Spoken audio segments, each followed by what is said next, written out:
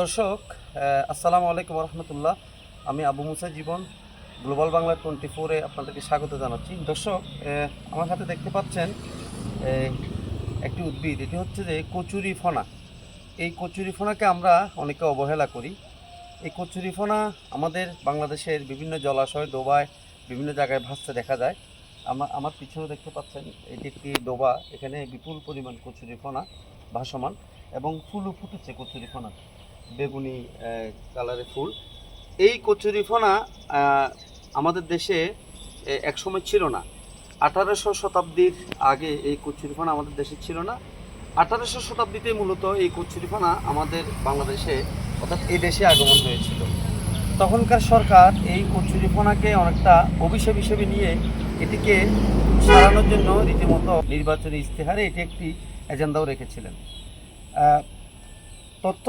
তথ্য বলছে 1800 শতাব্দীতে ব্রাজিলের আমাজন জঙ্গলে যে জলাশয়, সেই জলাশয়ের উদ্ভিদ এটি মূলত। সেখান থেকে স্কটিশ এক ব্যবসায়ী, জর্জ মর্গান নামে স্কটিশ এক ব্যবসায়ী এই কচুরিফানার ফুল দেখে সৌন্দর্যে মুগ্ধ হয়ে এই দেশে কচুরিফানা নিয়ে এসেছিলেন। আবার অন্য একটি তথ্যে রয়েছে যে আমাদের বাংলাদেশের নারায়ণগঞ্জের এক পাট ব্যবসায়ী অস্ট্রেলিয়া থেকে এই কচুরিফানা নিয়ে এসেছিলেন। তো কচুরিফানা মূলত একসময় অবহেলার বস্তু হলেও, উদ্ভিদ হলেও, এখন এটি কিন্তু একটি বাণিজ্যিক উদ্ভিদে পরিণত হয়েছে। এই কচুরিফানা এখন আপনি জলাশয়ে ভাসতে দেখলেও বিভিন্ন কাজে এটিকে ব্যবহার করা হয়। মূলত সার হিসেবেও ব্যবহার করা হয়।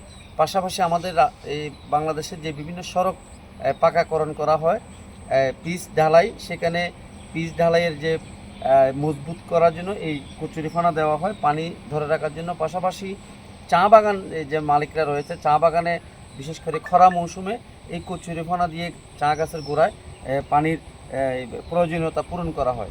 পাশাপাশি আমাদের যে হাওর অঞ্চলগুলো রয়েছে, সেখানে আপনার ভাঙ্গন রোধে যে ঢেউ, সেই ঢেউ কিন্তু এই কচুরিফানা ঢেউ প্রতিরোধ করে। এছাড়া আমাদের মানব দেহের যে ত্বকের বিভিন্ন সমস্যার সমাধান এই কচুরিফানা দিয়ে হয়। যেমন ত্বকের উজ্জ্বলতা বাড়ায়, চুল মসৃণ করে, মানুষের যে অতিরিক্ত রক্তক্ষরণ হয়, রক্তক্ষরণ বন্ধ করতে এটি উপকারী একটি উদ্ভিদ। পাশাপাশি নারীদের যে ঋতুস্রাব, অনিয়মিত ঋতুস্রাবের ক্ষেত্রেও এই কচুরিফানা উপকারী। এবং এখন আমাদের দেশের অনেক অঞ্চলে এটিকে সবজি হিসেবে অনেকে ব্যবহার করে। আবার বিশেষ করে সার হিসেবে এই কচুরিফানাকে এখন অনেকেই ব্যবহার করে। একসময় অভিশাপ হয়ে এই কচুরিফানা আমাদের দেশে আসলেও 1800 শতাব্দীতে, কিন্তু এটি এখন আমাদের জন্য একটি আশীর্বাদ হিসেবে দাঁড়িয়েছে এবং এই কচুরিফানা এখন অনেকটা বাণিজ্যিকভাবে আমাদের দেশে ব্যবহৃত হচ্ছে। দর্শক, আগামী পর্বে নতুন কোনো কৃষি পণ্য বা নতুন কোনো উদ্ভিদ নিয়ে আপনাদের সামনে হাজির হব।